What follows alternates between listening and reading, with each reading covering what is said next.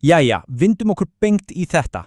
Við ætlum að kíkja á eina mjög áhugaverða og stundum frekar pirrandi servisku í enskri málfræði í þessari yfirferð okkar. Nefnilega, hvað gerist þegar tvö sagnorð eða aðgerðarorð reynlega rekast á hvort annað? Enskan er jú alræmt fyrir að vera flókin, en við skulum brjóta þetta niður á alveg skýran og rökréttan hátt. Þetta snýst í raun allt valdabaráttu inn í setningunni sjálfri. Kíkjum á nákvæmlega hvaða vandamál við erum að reyna að leysa hérna. Hér erum við með algjöra klassik fyrir þá sem við erum að læra ensku.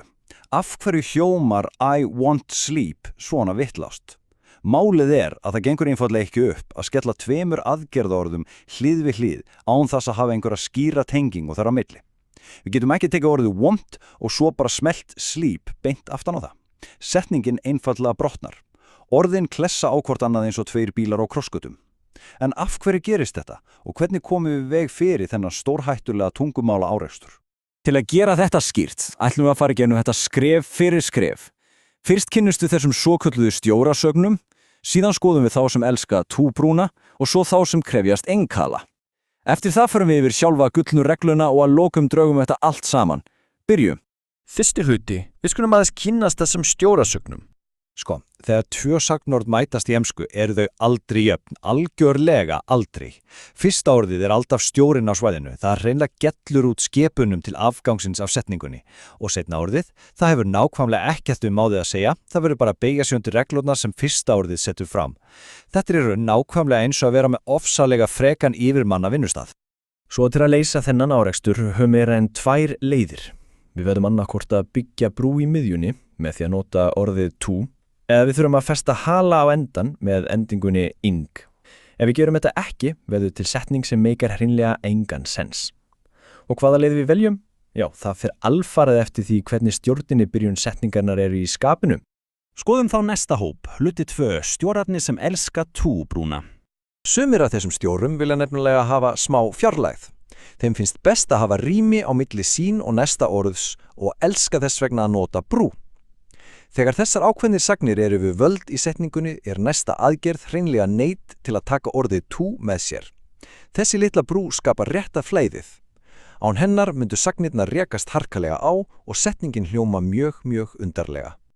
Og galdurinn hérna er hreinlega bara að leggja þessa freyju stjóra á minnið. Við erum að tala orðin svo want, decide, hope, promise og plan. Leið og við sjáum eitt af þessum orðum sem fyrsta sagnorðið í setningunni, þá vitum við nákvæmlega hvað að gera. Þá á alltaf að koma to. Svona lítur þetta síðan út í praxis. Brúin tengir stjóran og seinni aðgerðina fullkomlega saman eins og lím. Tökum eftir dæmunum. I want to go, sjáum hvernig þetta virkar. She decided to stay eða he promised to help.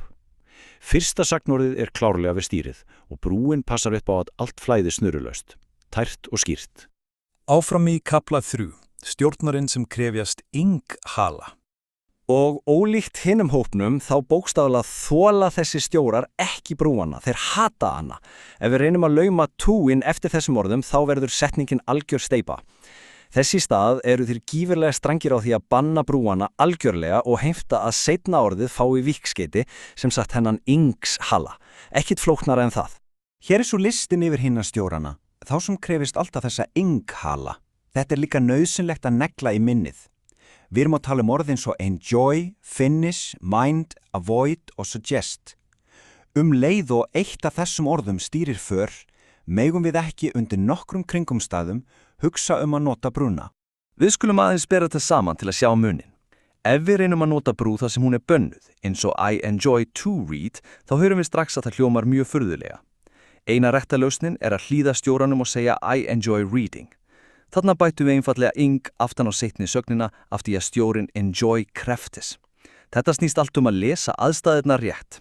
Hér höfum við fleiri dæmi þar sem ing-hallinn festist hnökrámust við sögn númer 2 til að gleðja yfirmannin.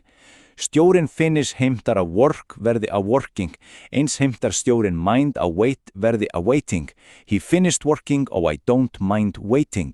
Af því að við hliðum yfirmanninum flæða setningarnar algjörlega hnökrálaust. Þá er komið að 4. hlutanum, gullareglan sjálf. Og hér höfum við algjört trump. Þegar við tölum 100% reglu í enskri málfræði þá meinum við 100%. Hér eru engar málameðlanir, engar undantekningar. Ef þessi regla á við, þá einfallega stýrir hún öllu og það án allar frávika. Sko, þegar eitt af þessum litlu saklausu tengjörðum eða forsetningum birtist, við erum að tala orðin svo in, on, at, for, of eða about, þá skiptir engu öðru máli. Næsta aðgerð verður að fá ing-hala. Þessi orð kunna að virka lítil og saklaust en trúið mér, þau eru með miklu meira vald en stjórasagnirnar sem við vorum að skoða rétt áðan. Þau taka völdin strax. Tökum dæmi. Við sjáum þetta skýrt hérna, at playing, for helping og about leaving. Leið og litla forsetningin svífur inn á undan sagnorðinu smellur ing-halinn sjálfkrafa aftan á. Sönnunin er alveg skýr.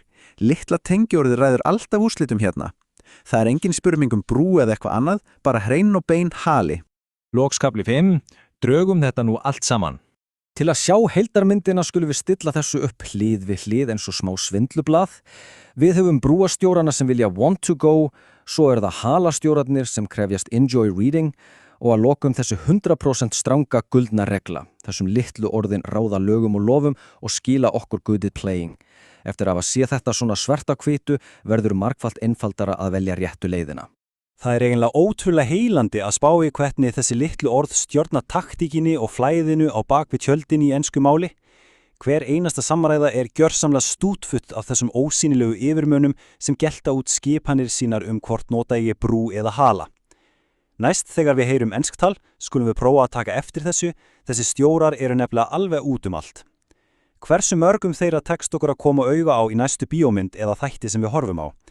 Ég læt þetta vera loka orðina sinni, takk kærlega fyrir að fylgjast með og gangi okkur öllum vel að halda þessum stjórum í skefjum. Takk fyrir að horfa. Haltu áfram að læra með Slowingo.